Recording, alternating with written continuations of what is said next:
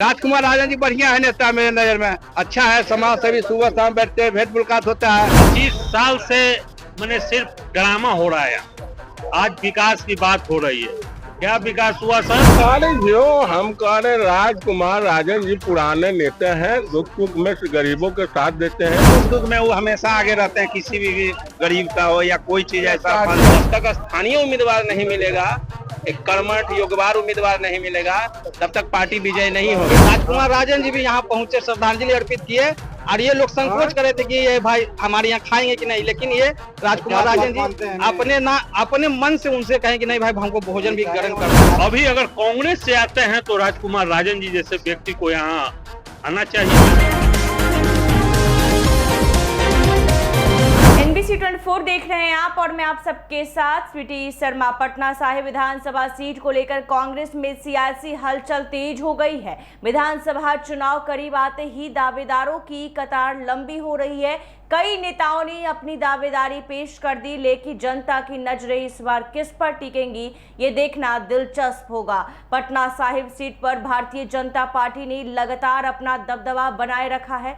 चाहे 2015 हो या 2020, विपक्ष इस सीट पर बैकफुट पर ही नजर आया है। हालांकि इस बार महागठबंधन के कार्यकर्ता स्थानीय उम्मीदवार की मांग को लेकर आवाज बुलंद कर रहे हैं। उनका मानना है कि अगर पटना साहिब से कांग्रेस को कोई स्थानीय और मजबूत चेहरा मैदान में उतरता है तो भाजपा को कड़ी चुनौती दी जा सकती है।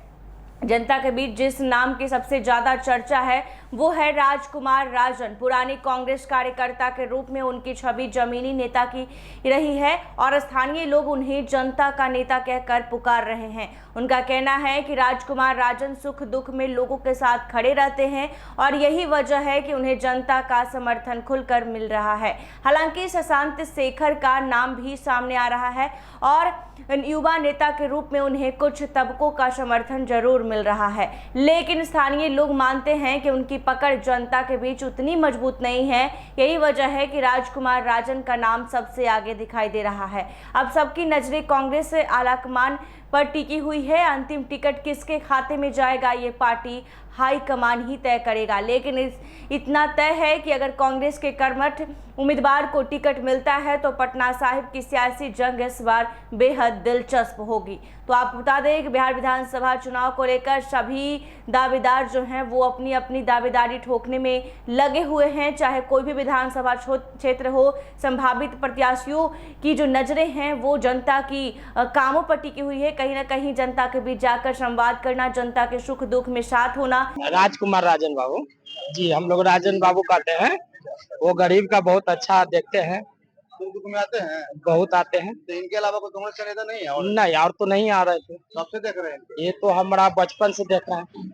कैसे देखती है? बहुत अच्छी है। एक बार इनको चुनाव लड़ना चाहिए। लड़ना चाहिए, एकदम मौका मिलना चाहिए जी। मौका मिलेगा तो क्या कीजिएगा? मौका मिलेगा तो हम लोग सभी से जनता लोग समर्थन करेंगे। मेरे नजर में तो देखो स्थानीय और बढ़िया नेता में है, समाज सेवी में राजकुमार राजन जी है कांग्रेस के। 30 साल से तो नंदकिशोर बाबू है, काम तो कुछ किए नहीं है, न वो लड़की के स्कूल बनाए, न हॉस्पिटल बना पाया अभी तक। अब मेरे नजर में तो राजकुमार राजन जी अच्छे नेता है, अभी समाज सेवा है तक का। नेता नहीं है? अभी तो मेरे नजर में कोई नहीं है भैया, उम्र तो मेरा। शेखर भी यहाँ से खड़ा हुआ है। नहीं नहीं नहीं नहीं, तो लोकल होना चाहिए। अब भागलपुर से ले आइएगा कश्मीर से नेता। राम लखन जी के पोता है पकड़ नहीं रहे हैं। राम लखन जी के बेटा मसूरगंज में वो गद्दी खोले हुए हैं, चार दल बेचेंगे कि यहाँ राजनीति करेंगे आगे, कि समाज के संग को चिंता है राम लखन बाबू के पोता के। आपके नजर में राजकुमार राजन जी बढ़िया है नेता, मेरे नजर में अच्छा है, समाज सेवी, सुबह शाम बैठते हैं, भेंट मुलाकात होता है, सुख दुख में साथ जाते हैं। हर घड़ी आते तत्पर खा रहते हैं, जखनी फोन घुमा दीजिए। पटना साहिब में अगर कांग्रेस का उम्मीदवार चाहिए तो यहाँ पर के एक लोकल है जो वरिष्ठ एक नेता है राजकुमार राजन, जो बहुत दिनों से वो कांग्रेस में है। हम उनको अभी तो मेरा उम्र 35-36 साल हो गया, लेकिन उनको 20-25 साल से हम जान रहे हैं। सुख दुख में रहते हैं? सुख दुख में वो हमेशा आगे रहते हैं, किसी भी गरीब का हो या कोई चीज ऐसा फंक्शन हो, शादी ब्याह हो, कुछ में उस समय आते हैं और रोड पर चलते हुए व्यक्ति से पूछते हैं हालचाल की क्या है या नहीं है। वो हमेशा इस सुख दुख में हमेशा सबका साथ रहते हैं। तो आप उनको समझ सकते हैं पटना साहब से अगर उनको टिकट मिलेगा अगर हम समर्थन देंगे, हम समर्थन देंगे। ऐसे तो बहुत क्षेत्र में आ रहे हैं कि हैं वो हैं वो हैं। देखिए यहाँ बार बार जो है बाहरी कैंडिडेट के कारण जो है सफलता नहीं मिल रहा कांग्रेस को, इसलिए कांग्रेस नेतृत्व भी जो है सीट्स पे जो है केंद्र का हो या राज्य के, वो इस बार पक्का कंफर्म कर दी है कि कोई भी कैंडिडेट अगर कांग्रेस का होता है तो स्थानीय होगा, और स्थानीय में सबसे प्रबल दावेदार है हमारे राजकुमार राजन जी भी है, इसलिए कि वो ऐसा कांग्रेसी पुराना जो 30-35 वर्षों से कांग्रेस के एकदम सच्चे सिपाही के रूप में तन मन धन से खड़े हैं। पटना साहिब विधानसभा के अंतर्गत कोई भी प्रोग्राम होता है 30 साल पहले से उठा के देख लीजिए।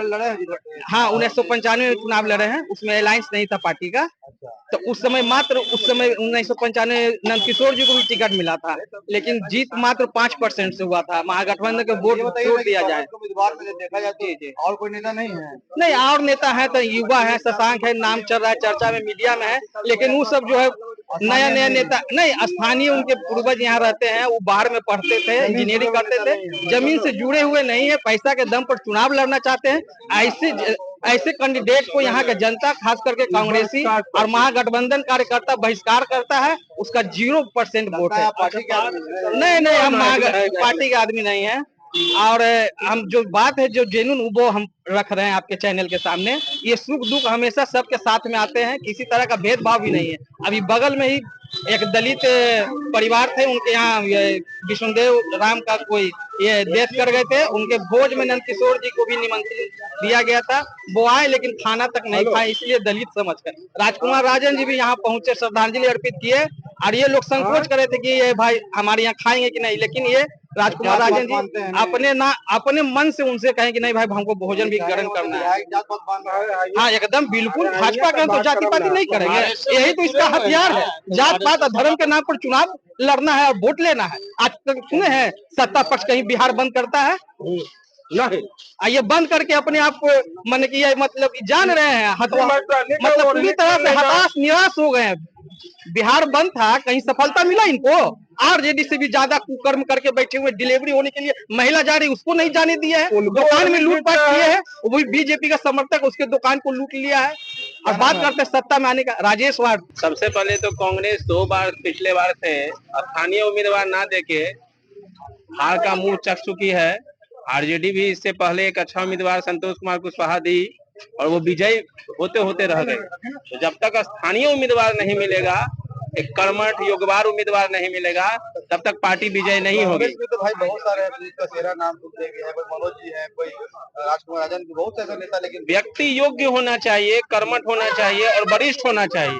और इन सब को देखते हुए पटना साहिब से राजकुमार राजन जी कांग्रेस के प्रति आज से नहीं लगभग 30-35 सालों से लगातार काम कर रहे हैं। पब्लिक के पास जा रहे हैं, घर घर में उनकी जय जयकार है, लोगों के पास बीच में जाते हैं, उनके सुख दुख में हाजिर होते हैं। हर गली मोहल्ले में उन्होंने सुख दुख पूछा है व्यक्ति से, उनसे अच्छा उम्मीदवार नहीं है। शशांक जी भी अच्छे हैं, लेकिन अभी वो युवा है, उन्हें अभी सीखने का समय चाहिए। लेकिन अगर पटना साहिब से कांग्रेस कोई उम्मीदवार को खड़ा करना चाहती है तो राजकुमार राजन जी से सर्वोच्च और अच्छा कोई नहीं। अगर कांग्रेस को टिकट देती है, गठबंधन की सरकार है, तो भी 1-2 आदमी कांग्रेस के पटना साहिब से भी रेस में दिखाई दे रहे हैं। जो सच्चाई है हम लोगों के जनता के मुंह पर उनकी बात आती रहती है। अभी एक शशांक शेखर जी का नाम है कि वो चुनाव लड़ने वाले हैं, राहुल गांधी जी के बहुत करीबी है। तो ये हाल अगर पिछले के तरफ फिर अगर कर देगा कांग्रेस, तो यहाँ से उम्मीद कम रहेगा। जो पुराने कांग्रेसी लीडर है यहाँ पे, तो नहीं ना कि इस तरह का उम्मीदवार लेकर जो है कहीं ना कहीं दूसरे को जिताया जाए। इस बात से सहमत भी हूँ, क्योंकि यहाँ के जो बीजेपी के विधायक साहब हैं बहुत पहुंच और पकड़ रखते हैं।